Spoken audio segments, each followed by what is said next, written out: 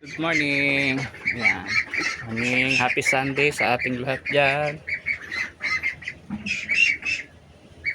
Kanina, pumunta ko ng palengke. Bumili ako ng feeds para sa ating alagang pato. Ayan, mga gutom na sila. So, ngayon, pagkain nila guys, gulay. Saka haluan natin ng feeds. So,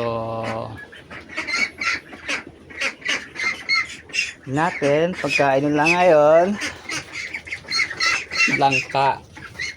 Yan, langka, papaya, saka opo. Yan. Pero hindi naman ito lahat kakainin ngayong araw. Hahatiin natin yan. Tagtarin natin to. Tapos tutuin natin half cook mamaya, no?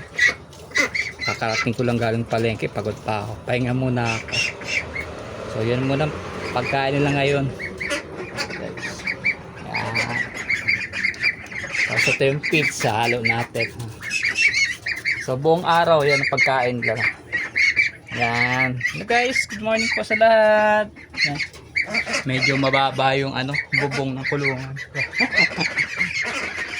Kaantay na sila ng pagkain guys.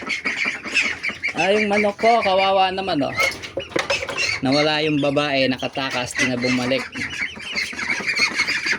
Ayan.